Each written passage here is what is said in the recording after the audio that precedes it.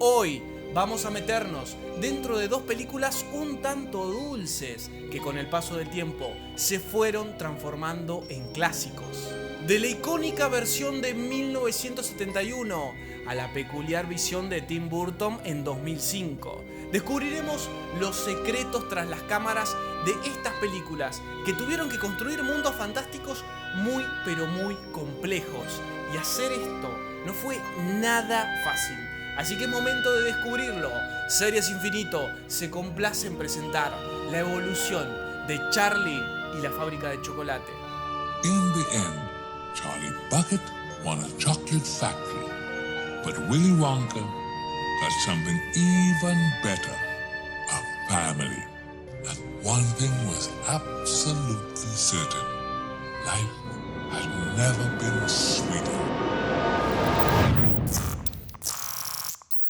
Pero antes de seguir, quiero agradecerles a todos ustedes por habernos acompañado todo este año. Para nosotros, llegar a los 100.000 suscriptores fue un logro realmente impresionante, y que cada vez más personas elijan ver nuestro contenido nos hace cada vez más felices. Se hicieron sentir todo este año comentando los videos, charlando con nosotros en los vivos y por los mensajes de Instagram.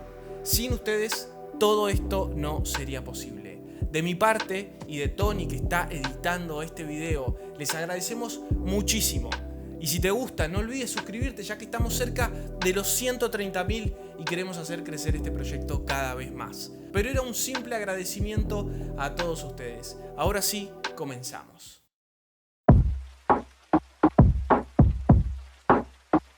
La historia detrás de Charlie y la fábrica de chocolate comienza en 1964, cuando Roald Dahl publica su primera edición presentando al excéntrico chocolatero Willy Wonka. Rápidamente el libro comenzó a ser un éxito en todas partes del mundo. En 1970 llegó a las manos de la hija del director de cine Mel Stuart. La joven se había quedado maravillada con la historia y le dijo a su padre que debía hacer una película sobre ella. Mel se leyó todo el libro y le pareció muy interesante, pero era una historia bastante difícil de hacer sin presupuesto, así que le pidió ayuda a David Wolper, productor de cine y de televisión. David sabía que iba a necesitar varios millones para hacerla e iba a requerir algún acuerdo comercial para financiar esa película. En ese momento estaba produciendo una serie de televisión para Quaker, sí, la empresa de avenas, y esta estaba próxima a lanzar una nueva barra de chocolate, así que el productor les propuso un acuerdo: lanzar esta película para así poder catapultar su nuevo producto. Quaker tenía la intención de ponerle de nombre Wonka Bar a su nueva barra de chocolate, así que quería que ese nombre estuviera en el título de la película. Decidieron reemplazar el Charlie, la fábrica de chocolate, y colocarle el nombre de Willy Wonka. Esta, por lo menos, es la versión oficial del cambio del título. Sin embargo, existen otros mitos.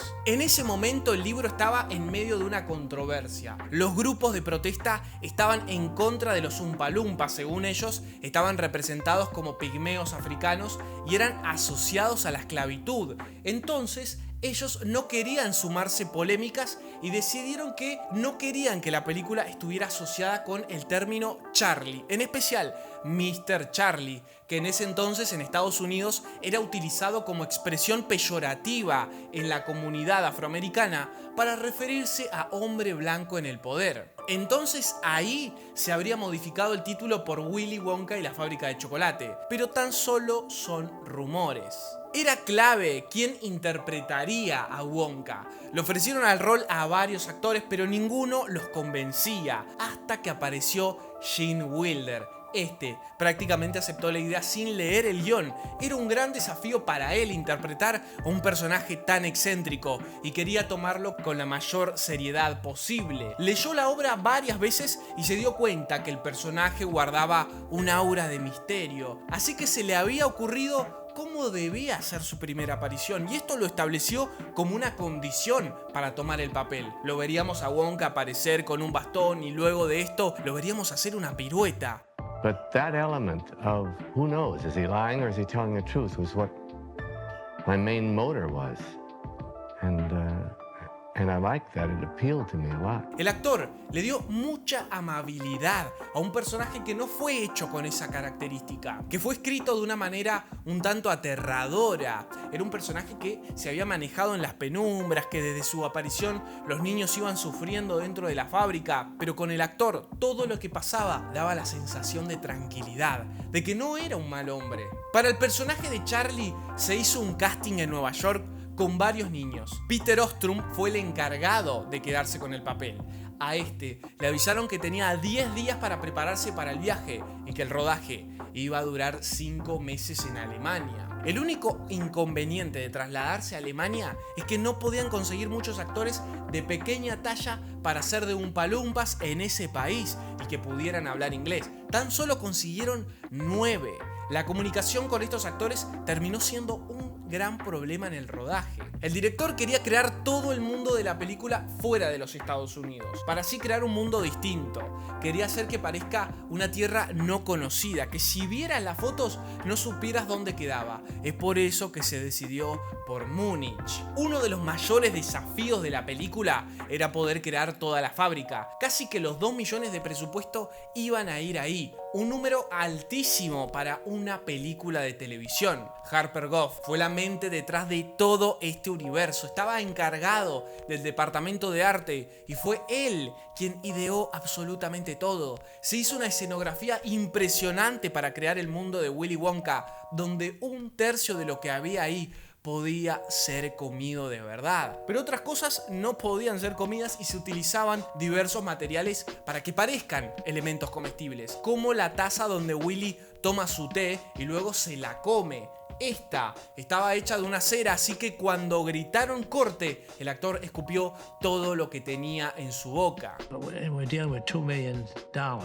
Today the picture would probably cost 80 million. Hasta incluyó esa catarata y río de chocolate donde pasaba un bote de verdad. El río estaba hecho de agua con colorante alimentario. En un momento dado le echaron un poco de cacao en polvo para intentar espesarlo, pero en realidad no funcionó. El río no tenía mucha profundidad, eran tan solo algunos centímetros, pero la parte donde Augusto caía tenía un agujero bastante importante para que el verdadero actor se tirara ahí. Este se quejaba de que era agua sucia y fría, así que era casi una tortura filmar ese momento. Los desenlaces de los niños eran bastante reales. El actor que interpretaba a Augusto tenía que estar apretado en un tubo de verdad lleno de agua. Veruca tenía que caer a un agujero y debía estar parada en el lugar exacto y no abrir los brazos porque se podía lastimar. Violeta tenía que meterse en una estructura de verdad para aparentar ser un arándano y la nena la pasaba muy mal, llegando a marearse. El guión de esta entrega fue escrito por Roald Dahl, el escritor del libro, quien también tenía otro guionista para colaborar. Pero Dahl se terminó yendo por diferencias creativas. Es que la película iba a buscar sus propios caminos. Los cambios en la historia incluyeron a Wonka con mucha más importancia que Charlie, la creación de un villano llamado Slugworth, que originalmente era un personaje secundario. Se agregaron momentos como una escena de eructos con el abuelo y Charlie tomando bebidas con gas, y modificaciones como las ardillas que pelaban nueces que se transformaron en gansos ponedores de huevos de oro. Cuando llegaron al final del rodaje, el director se dio cuenta que no le gustaba el final del guión original. Este presentaba una escena del abuelo de Charlie gritando "Yippee", así que este hizo escribir al co-guionista un nuevo final y de forma inmediata, porque tenían que irse a filmar. Al guionista lo único que se le ocurrió fue hacer un final feliz, cosa que le encantó al director. Gave me the chills when Mel told me what David had come up with. I thought it was a wonderful ending to the film.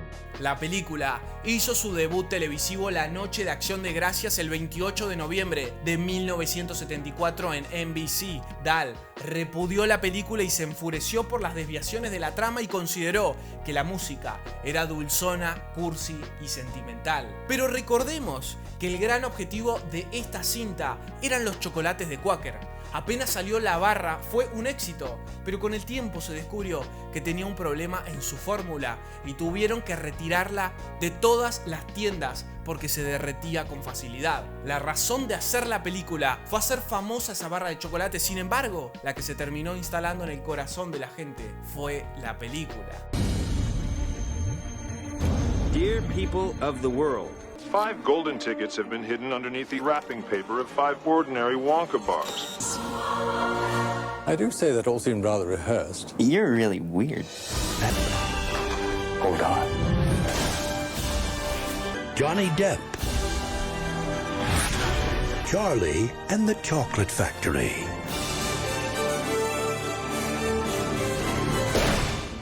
Wow! 20 años después de la primera adaptación de la obra de Roald Dahl, Warner Bros. Comenzó conversaciones con los herederos del autor con la esperanza de comprar los derechos para producir otra versión de Charlie y la fábrica de chocolate. La compra recién finalizó en 1998. Los herederos querían proteger fuertemente al material de Roald. Esto se debía a que el autor había sido muy crítico de la primera adaptación. Es por eso que pusieron como condición tener el control artístico y la decisión final sobre las elecciones de actores, directores y autores. Desde esa fecha hasta 2003 pasaron gran cantidad de nombres asociados al proyecto, pero que todos siempre se bajaban. Nicolas Cage estuvo cerca de ser Willy Wonka y nombres como Gary Ross y Martin Scorsese estuvieron mencionados como posibles directores, pero como dijimos, todos terminaron muy alejados del proyecto. En 2003 anunciaron que Charlie y la fábrica de chocolate sería uno de los títulos más grandes a estrenar en 2005 y que Tim Burton sería el director que llevaría adelante el proyecto luego de la aceptación de todos los herederos de Dahl. Tim decidió comenzar el proyecto desde cero, que todo lo que se había realizado previamente fuera descartado. Es que en los borradores que habían escrito anteriormente le daban gran protagonismo a Wonka, el cual era una figura paterna para los niños, y Charlie era un joven súper especial. Y esto era todo lo que Burton no quería. Es por eso que contrató a John August, guionista con quien había trabajado en Big Fish. Este no había leído el libro original ni había visto la película de 1971. Comenzó a leer el libro, pero jamás pudo ver la película porque Tim Burton se lo prohibió. Tim quería ser lo más fiel posible al material original, pero por momentos quería separarse un poco ya que las obras de Dahl siempre tenían un poco de oscuridad. The perverse kind of twists in the thing, you think it's going one direction and then it, slams you with another route. Una de las cuestiones para modificar era poder explorar más acerca del personaje de Willy Wonka.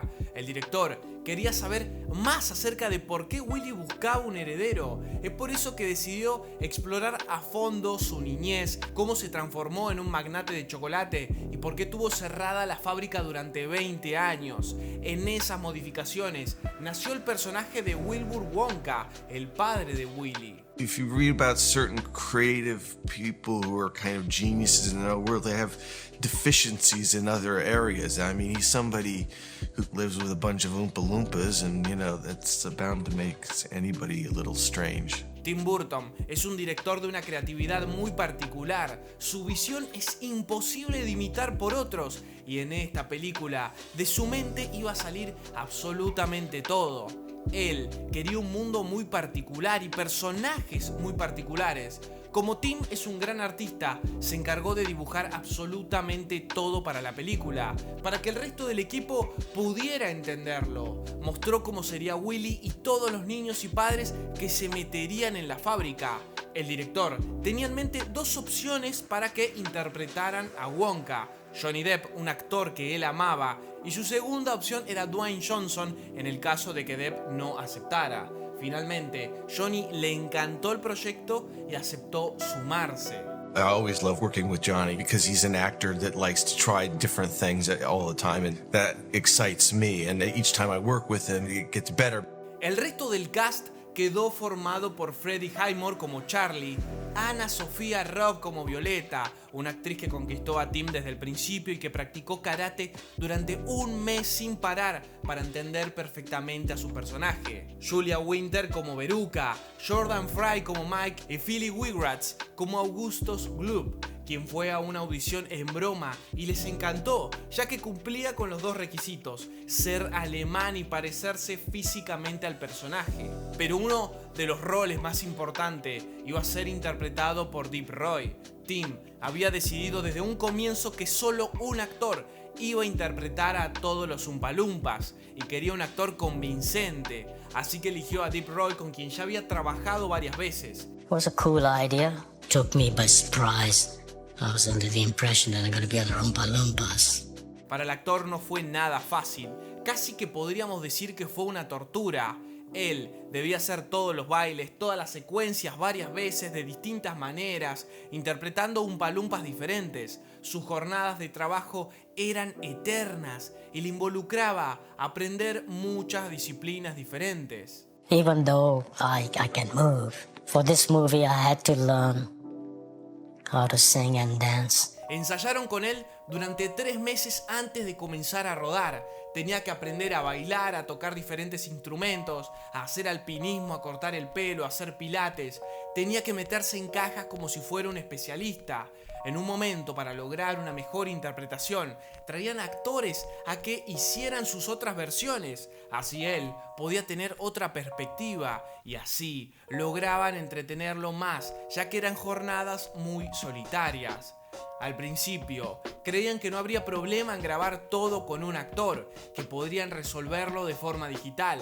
Pero los problemas comenzaron cuando vieron lo ambiciosos que eran los bailes. La organización era muy difícil, había que duplicarlo tantas veces. En algunas tomas hubo que rodar hasta 60 veces para hacer una sola escena. Pero para beneficiar a la edición digital, habían decidido fabricar animatronics de los Oompa Loompas, los cuales se hicieron de tamaño muy pequeño y también ayudaban a los actores a poder interactuar, como por ejemplo en la escena de los Oompa Loompas remando en el bote. Crearon 60 animatronics para crear esa secuencia.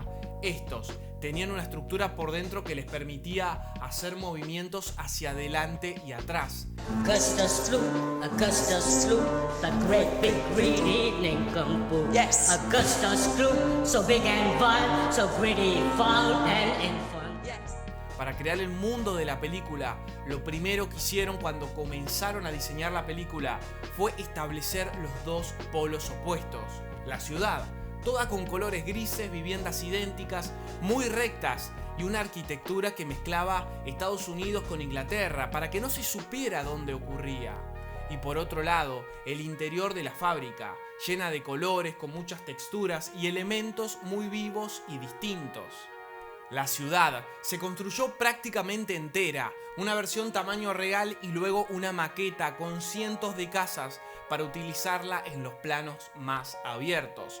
Casi todo el set de la fábrica fue construido con bloques de espuma sobre bases de madera y sobre esta había hierba hecha de azúcar, así que todo lo que vemos como césped puede ser comestible. The factory itself is like walking through Wonka's brain. Tim Burton quería la mayor cantidad de sets realistas posibles, porque según él es una película de texturas. Era importante para ellos construir los decorados, hacer un río de chocolate verosímil, hacer una cascada verosímil, ofrecer cosas reales ante las que reaccionar. Tuvieron que demostrarle al estudio que podían crear un río de chocolate creíble para descartar la versión digital. Pasaron meses probando sustancias espesantes y colorantes y comenzaron a hacer una selección para ir mostrándole a Tim. No querían repetir el resultado de la película anterior, no querían que se vea como agua sucia. Johnny Depp se sorprendió de que en sus primeras participaciones en la preproducción tan solo había unos pequeños baldes con esta sustancia similar al chocolate, y cuando volvió había tanques llenos de litros y litros de la misma. Primero hicieron 200.000 litros que tardaron 5 días en colocar en el set. Todo debía hacerse con cuidado ya que era muy caro. costaba casi 2 libras los 4 litros del chocolate falso. Para la secuencia del paseo en el río, recurrieron a la utilización del CGI. Los actores tenían que grabar en el bote real, que tenía la particularidad de que era controlado a través de una versión miniatura del mismo, donde el encargado de la técnica era el que le daba el movimiento. Luego, este era llevado a la sala de edición y se le daba el dinamismo necesario para aparentar de que estaban sobre un río de chocolate de verdad. En el libro original, cada niño va sufriendo una tragedia diferente y después de cada una de estas se escucha como un coro, un poema. Tim quiso llevar eso a otro nivel, darle un aspecto mucho más musical, pero respetando las líneas que Dahl había escrito para cada momento. Para Augusto quería algo bien rápido y dinámico. Para Mike quería un rock umpalumpa que recordara a Queen. Para Veruca algo tranquilo pero psicodélico, algo bien hippie. Y para Violet quería recrear el sonido clásico de las guitarras en las películas de los 70. And at a certain point, you start kind of going crazy, you know, it's like, and I'm recording them really lousy, just as an idea for Tim. And of course, the next thing I know, the song's in production. Para la tragedia de Augusto cayendo al río de chocolate, le tuvieron que probar las prótesis al actor para que no sean muy pesadas ni muy livianas para flotar y que no se llenara de chocolate por dentro. El actor tenía que sufrir por lo fría que estaba la sustancia. Tenía el problema de que si se te metía en los oídos costaba sacarla y no se escuchaba nada. Así que había que proteger muy bien a quien se sumerja dentro de ella. Para la secuencia de Violet le hicieron un traje especial que comenzaba a hincharse de verdad y aparentaba convertirse en un arándano. Todo se iba a filmar con este procedimiento en un estudio, no se iba a utilizar CGI. Sin embargo, luego de filmar y al momento de estar editando la película, Tim se dio cuenta de que el resultado no era el esperado, así que decidió rehacerlo de forma digital. Pero sin duda, la más difícil de todas fue la secuencia de Veruca. Para esta, Tim había pedido realizarla con ardillas de verdad, la cual presentó todo un desafío. Las ardillas son animales muy listos, pero extremadamente salvajes. No les gusta que las agarren, se escapan con facilidad, así que trabajar con este animal era muy complicado. Meses antes de comenzar el rodaje, comenzaron el entrenamiento de los animales. A estas ardillas había que entrenarlas para que corrieran al lugar deseado, para que saltaran sobre personas, y las más inteligentes iban a ser utilizadas para pelar las nueces. Poco a poco las entrenaban para que abran esas nueces y que fueran dejando lo que encontraban adentro y que no se lo comieran. A los animales les costaba miles de repeticiones hasta entender lo que tenían que hacer.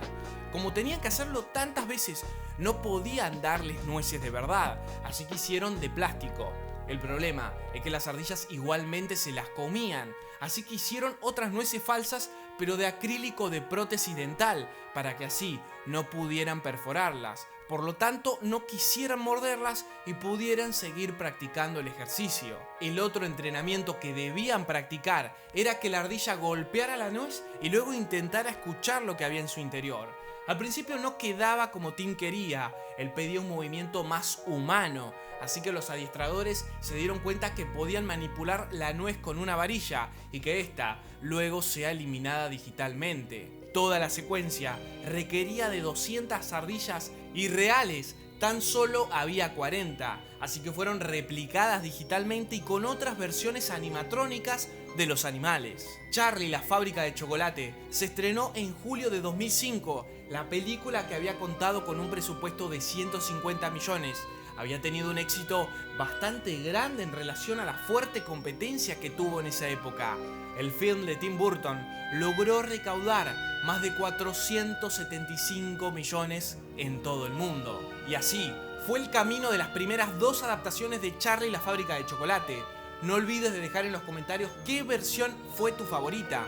Muchas gracias por haber visto el video, no olvides suscribirte y seguirnos en todas nuestras redes sociales. Nos vemos en la próxima.